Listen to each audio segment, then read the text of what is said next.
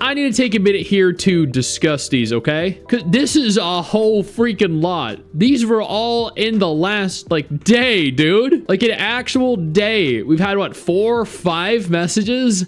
Reoath announced they were shutting down on November 27th. We have Sword Art Online Variant Showdown, which is officially end of service. We have Pokemon Masters EX, which announced they were end of servicing January 28 and 2026 in Indonesia. And then Goddess Order. Goddess Order 1 month after release, chat.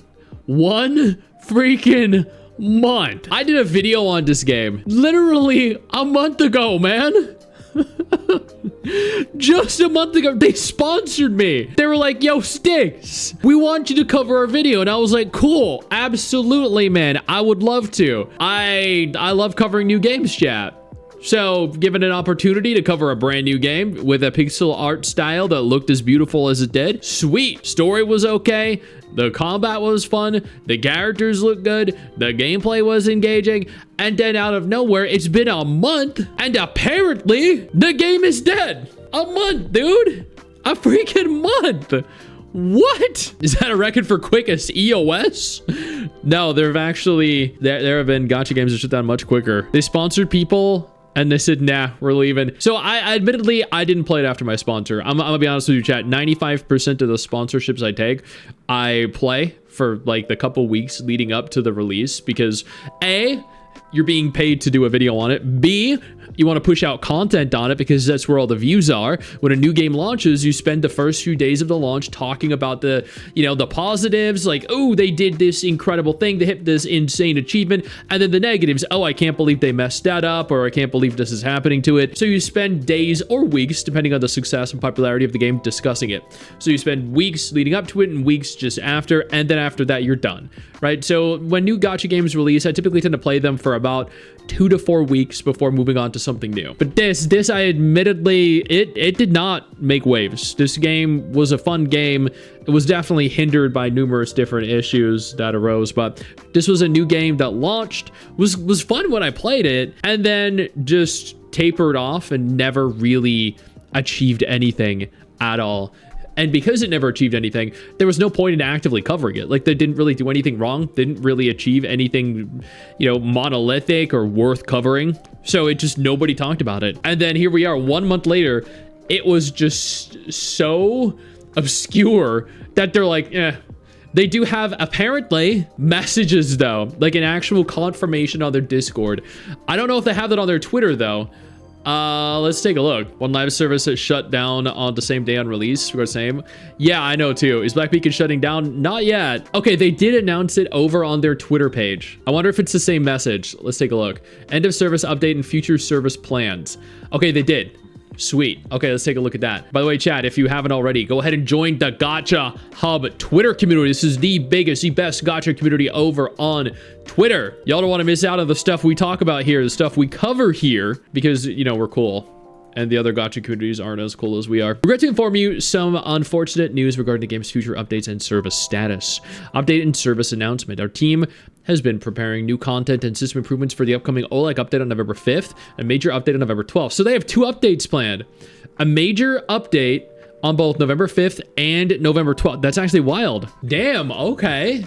I wonder if we're going to get to actually play the updates, or they're just like, nah, we're canceling everything. We're just throwing it in the towel. However, on November 3rd, we're informed by the development studio Pixel Tribe that due to financial and operational difficulties, they are unable to continue any planned updates on or maintenance. Wait, we're informed? Wait, they had multiple updates planned, and then the developer hits him back with, you know what? We're not making any money. So, yeah, we're out, peace. Wow. As a result of this unexpected situation, it's no longer possible to develop or deliver new content or events. We'll, however, do our best to keep the game accessible within the limitations of the current service environment. Wait, are they going to allow for you to... No, they're not going to allow for you to play it offline, are they? No, they're not. No way. Hololive sponsor didn't help one bit, huh? For which game? Wait, who got a sponsor with Hololive? Too long? Yeah, they're broke. Yeah. They're like, we ain't heard anything from this, man. No, we're out. We're just gonna go make another game. Don't worry. Rip Cacao as the publisher, man. Yo, I don't mean to interrupt the video, but I need to take a moment here to thank all my incredible patrons over on Patreon whose support continues to allow for me to do regular videos like this every single day on this channel. Thank y'all so much, including our YouTube channel members. You guys mean the world to me. So do you guys as viewers as well. Now, without further ado, let's continue. Financial division was completely separate from the actual devs. I think this might be the publisher. I think this might be Cacao operating the Discord, or sorry, the Twitter community.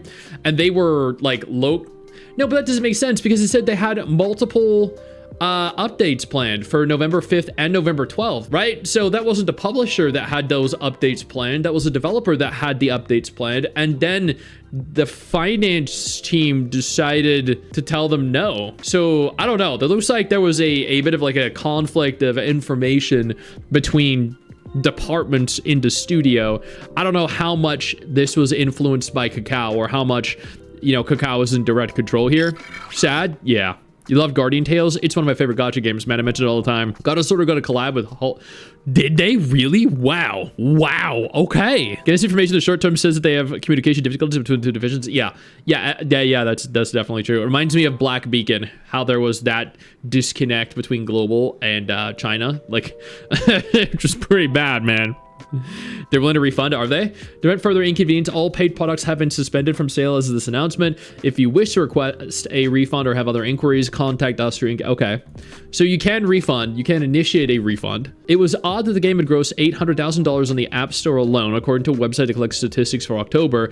I thought that was a very good amount for a niche pixel gacha game. I think like Guardian Tales only makes 100 grand. So if God of Sword was making over $1 million, they should, I don't know why they shut down, man. It's unlikely that developing and maintaining such a game costs that much. This is breaking my heart. I received your merch gift last week. Oh, they did? Oh, that's cute. Oh, that's sick.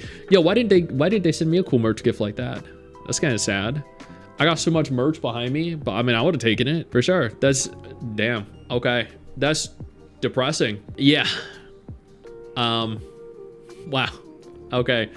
Laughing my ass off. Ha ha ha ha. Good. Game was meh. Anyway, I mean, it wasn't great, definitely, but I didn't think it was bad at all. Can't say I'm surprised. This comes only 2 months after I stopped playing it. It's only been out for a month though, right? When did it release? Hold on. Goddess Order release date, September 24th.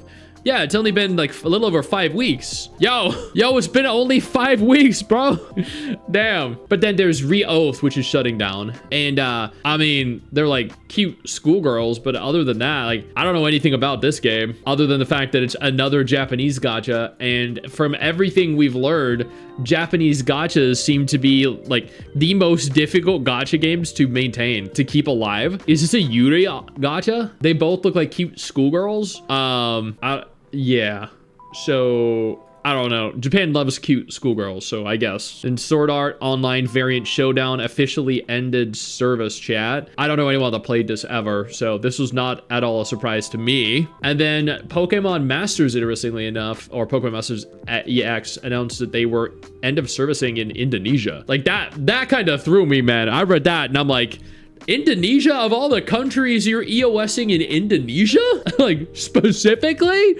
Did you have an actual publisher just for Indonesia? And did they just pull out? There's something I never do with Mrs. Stix, by the way, Chad. Just that throws me. That throws me off. That is wild. But rip.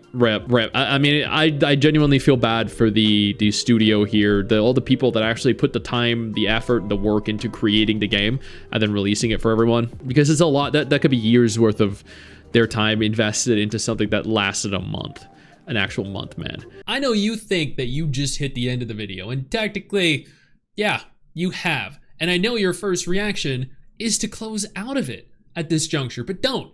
No, instead, I urge you to take a moment here and click one of the videos on screen that are coming up in just a moment so you remain up to date with everything going on in the gacha genre. Trust me, you're not going to regret doing so. Stay flaccid.